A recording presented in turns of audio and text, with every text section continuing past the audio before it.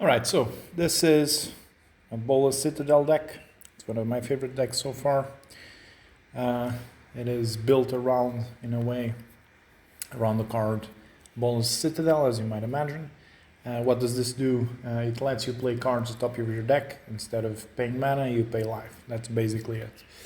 It has a quite high mana cost, and that is why we play 6 mana accelerants. Well, in fact, it's more like 10 mana accelerants. In fact, it's more like 15-ish mana accelerants. They're all different, and they're used in different ways. So basically what we're trying to do is we need to leverage our card advantage and our mana advantage to get to one of the big boys, chiefly Bolas Citadel, that can let you play everything else for free pretty much. But also many times Ugin the Spirit Dragon is just an amazing answer for many decks like enchantments, mono white, sometimes goblins, definitely shrines. What else? Many situations for sure. Like the X-Proof Cat. What is that? I don't remember the name of the card. But there's many 9 lives. There you go. There's many decks that just kind of lose if you drop Ugin on them, so that's why we have 2 of them. Then we have here Professor Onyx.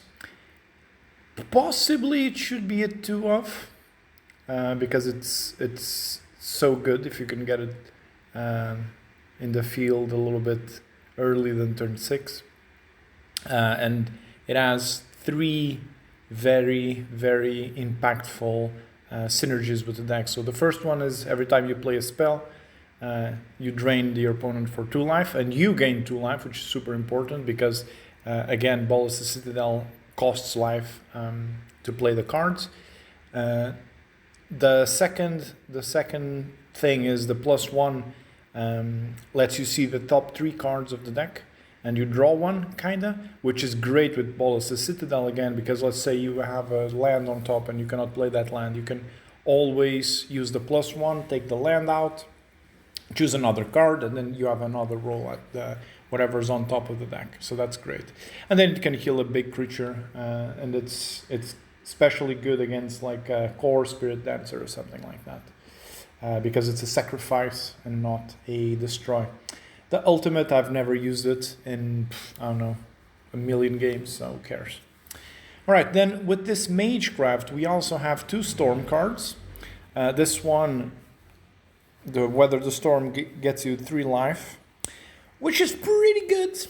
It's a lot of life. In some matchups, it helps you get to turn 6 without dying, or turn 7, whatever. If you play it off the top with Bolas Citadel, it's just positive life gain. If you have a Professor Onyx in play, it's amazing because you're going to drain for 2 for each storm counter. And Tendrils of Agony, it's very similar. Instead of 2 life, and instead of 3 life, it's 2 life, but also drains your opponent for 2. Weather the Storm is probably better, but Tendrils of Agony is here because it also sometimes helps you just win the game outright. And I'll get to there in a second. Well, I guess I can get there now. Alright, so the card that ties everything together, the whole deck together, and I only have 2 copies of it on here. Maybe you could argue you should have 3 copies. 4 copies is probably a little bit too much, but I quite like my 2 copies of it. So what does this card do? You go on your deck, you choose a card, you put it on top. But your opponent does the same. But it doesn't matter because you're just going to win. Basically, that's the idea, right? Or your card is better than their card, right? Like if you're against an aggressive deck that just plays small things, you can always go and just fetch your Bolas Citadel for next turn, or your Ugin, and like your thing that you're gonna tutor for is gonna be better than their thing. That's the idea, right? You would never play this against something with blue and counter magic, for instance, right? So it's a very neat little card. But what is the dream scenario? You have a Bolas Citadel in play, you have a Professor Onyx in play, you play the Scheming Symmetry, you go get another Scheming Symmetry, you go and get Tendrils of Agony, you play maybe one card off the top, and then you just drain them to death with that combo. So there's a lot of synergy here between cards that are not only synergistic with themselves when you're winning, but they're also helping you survive till a little bit further down the line. So for instance, like even if you just throw Professor Onyx in there and then like you kill a Core Spirit, well, that's a great play. But let me think something. You kill like a big dumb green creature, right? And then you lose Professor Onyx. Yeah, but that's fine because it netted you like 10 HP, which is great for 6 mana, right? Same thing with Weather the Storm. Maybe you just get 10 life, well, multiple of 3, so like 12 life out of 2 mana, which is insane because it nets you 1 or 2 turns. Then we have all of the.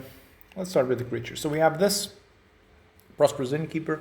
Great, gives you a treasure token, but not only that, also gains you 1 life, which is great if you're playing cards off the top with Bolas Citadel. So you're playing your creatures, you're losing life, but then you're getting life, so it doesn't matter, well, as much. And yeah, just a solid card. Just a solid card in the deck. Then we have Dryad of the Elysian Grove. This is Grove. This is Groove. This is another piece of another combo we also play, and you could say that the combo isn't great, but I quite like it in the deck, which is the Dryad and Dread Presence combo. So Dread Presence reads whenever a swamp enters the battlefield. So whenever you play a swamp into play, it either nukes something for 2, which is what you're going to be using this, or you can draw a card and lose 1 life, which is pretty good.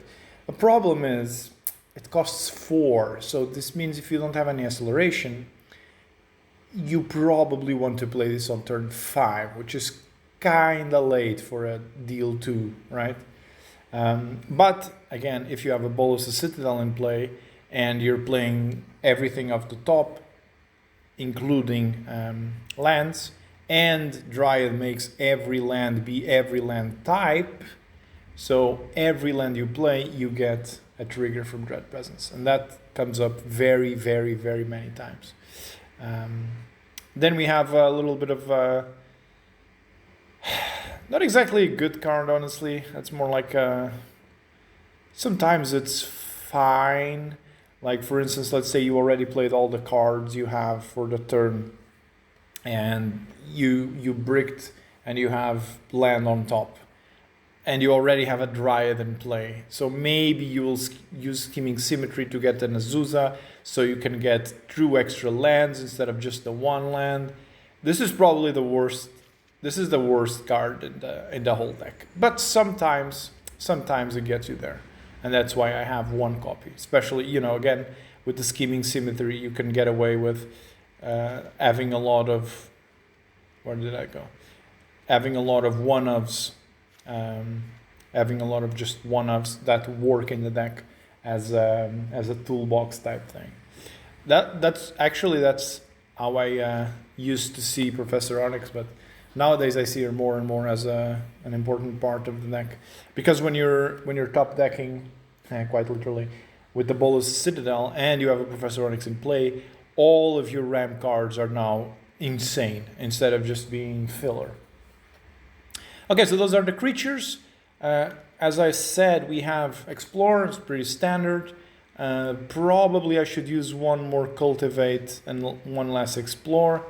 There's some math here to be done. Explore sometimes fails, but when you're on a Bolas Citadel plan, when you're going for it, Explore is better than Cultivate. Cultivate is a 100% hit for land, which is good with Dread Presence, whilst Explore, not really. But again, Explore is much better when you're in Bolas Citadel mode, because you will always find another land to play. Well, always. Pretty much always you'll find another land to play. So, and finally, well, not finally, but from the non-land cards, we have Bond of Flourishing and Track Down. So these two, I have here a 4-2, a 4-2 split. It is possible, it's even likely that these aren't the correct, well, honestly, these aren't the correct number of cards, the number of copies to play. It's hard to know, but Bond of Flourishing, so you gain 3 life, you see the top 3 cards and you choose the permanent that you like. It's very good for finding all of the big bombs.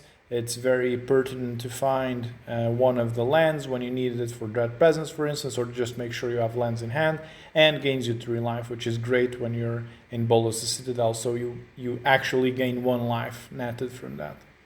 And then we have Track Down, which is one of my favorite cards, because it's such a weird blue type effect. So basically it's like an Anticipate, but you need to choose a creature or a land on top.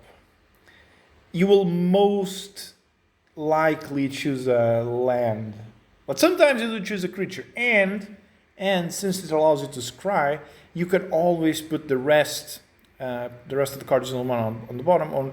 And let's say you have a Bolas Citadel and like 2 lands, doesn't matter. You put 1 land on top, Bolas Citadel as a second card, and then you bottom the 3rd land or whatever. But it allows you to actually scry into things that, even though they're not lands or cards, as the second scry, right, as the second card on top, you can always choose something that you like. It's always also good with Bolas Citadel, of course. Scry and Bolas Citadel work very well in tandem. Okay, and then finally we have the lands. So the lands, I've been going around it. Why is this not?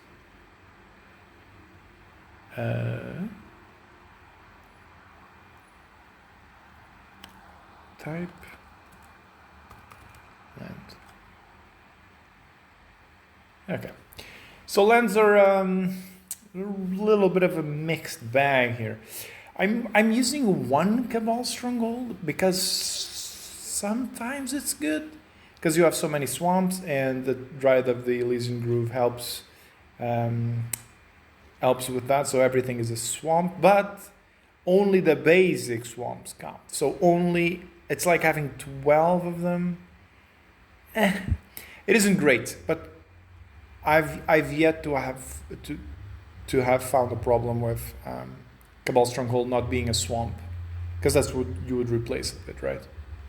And sometimes it helps a little bit by ramping into, I don't know, an Ugin, or it helps you with, I don't know, mana things. Sometimes you get a little bit extra mana, but never more than like maybe 1 or 2 mana for your troubles, which isn't great. Then we have 10 swamps, very important, obviously, with the Dread Presence.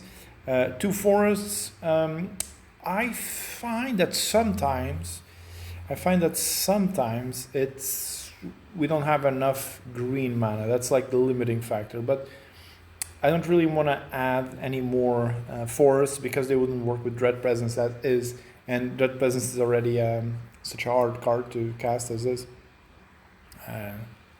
So yeah, that's what we have. Why we have 2 forests, and why 2 forests and not just the 1 forest? I mean, it's kind of the same, right? You need at least 1, because we're also playing with 4 Fabled Passages, which is another combo that you can do with Dryad and Dread Presence. You can play a Fabled Passage. Fabled Passage counts as a swamp. You can sacrifice it and get another. Well, since you have a Dryad, you can even get a forest or anything, really. So you get 2 triggers out of a Dread Presence, which isn't insane, but sometimes a drain 4 for a land is pretty good. And if you have 2 of them or 3 or whatever with the Bolas Citadel, I mean, it's pretty good. It gets pretty good. And then we have, so here we have the Zagot Troyam that also makes blue. It's only because it's a swamp forest, honestly. This could be the ice, the snowland swamp forest. It could be, if you're playing Pioneer, the old swamp forest that gives you 1 life, I think. Something like that. Or Scry, maybe? I don't know. But it's basically just Overgrown Tomb, but kind of worse. It does have cycling, but I very seldom use the cycling ability on this card. Especially because you can't even cycle out of Bolas Citadel. So, And then finally, one of my favorite cards, and one of my favorite cards in this deck also, the Phyrexian Tower. You can always sacrifice a creature to get double black instead of mono black. This works exceptionally well with the Prosperous Innkeeper, where if you have a Prosperous Innkeeper and then you have a Phyrexian Tower, you basically with one card, you just got 2 free extra mana, which lets you play Bolas Citadel on turn 4 instead of turn 6, which is absolutely incredible. Okay, with that in mind,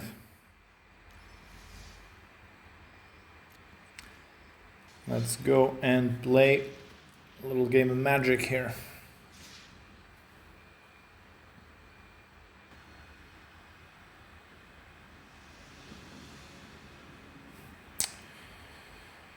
All right, this is oddly not too bad because we can go and get, what's it called? The Citadel, and then we have a lot of ramp for the Citadel. So I think that's our game plan. So turn 1, we're gonna do the Zagoth Triumph. So we can do a turn 2 Explore into a turn 3 Dryad 100%. It's more important than getting the card right now.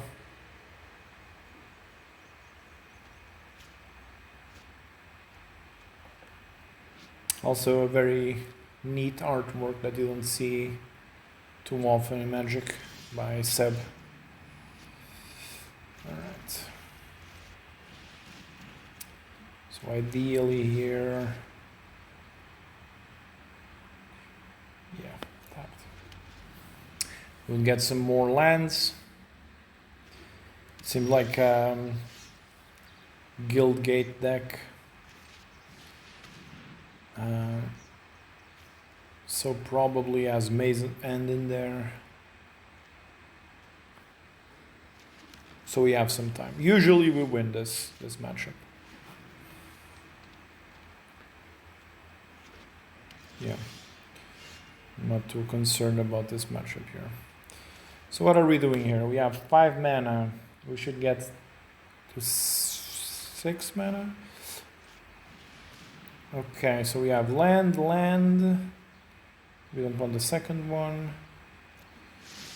So we have 6. We're gonna get the card our deck is built around. They don't usually play counter spells, although they could, right? They're a 5-color deck. If I had to guess, I think they went for either the Guild Summit, yeah, because this allows them to draw so many cards. But I mean, it's probably over. So we play 1, we play 2. This is absolutely terrible. Oh boy, this is terrible. So we hit 3 lands in a row, which happens sometimes, of course, but it's kind of a disaster.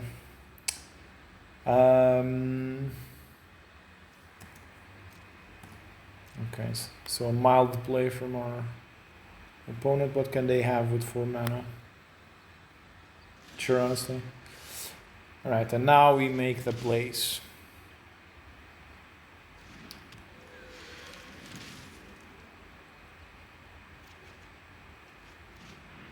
Okay, so here free life and storm counter. Okay, what do we want? We want the Prosperous Innkeepers. So we play the Prosperous Innkeeper, only costs 1 mana and allows us to gain 1 life out of this. So it's probably worth it. We should also probably consider playing the Dread Presence here.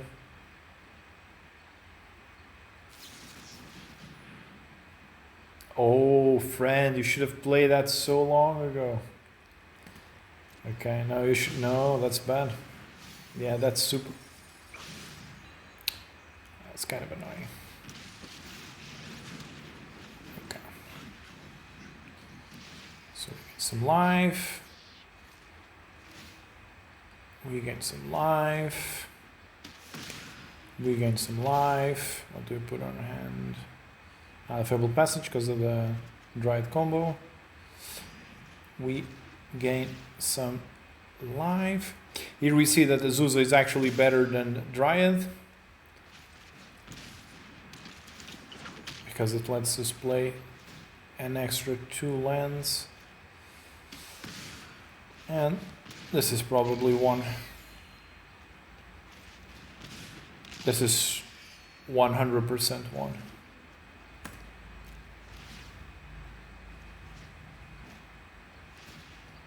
And now we just ping him to death. And that's it. So we win with the Bolas Citadel and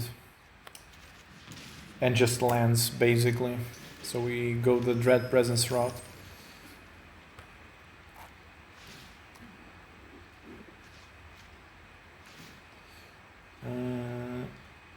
Let me show you another route we can do. Another route we can do is... Actually, did we mill? No, we did not. Was wondering if we milled Professor Onyx there or not. But so I could have won with just pinging their face, right? Or with Ugin, against some decks who just make their whole board poof away. But sometimes I'm sure they're gonna get didn't say please this time. But sometimes you can just go for Professor Onyx, put her in play, and then either storm or continue playing the small spells that we have and draining our opponent like that.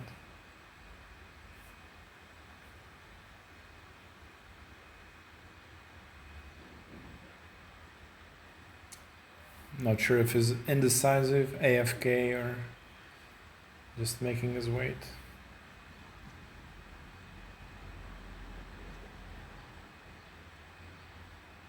Probably just AFK.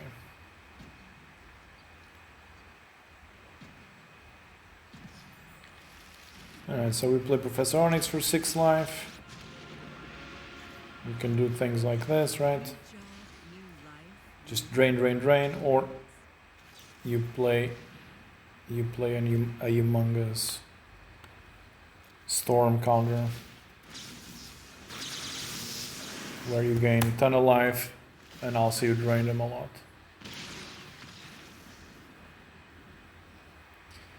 Alright, so that is the deck. There's a lot of variations of the orders of play that you can do, so that's why I like it so much. Okay, ta-ta!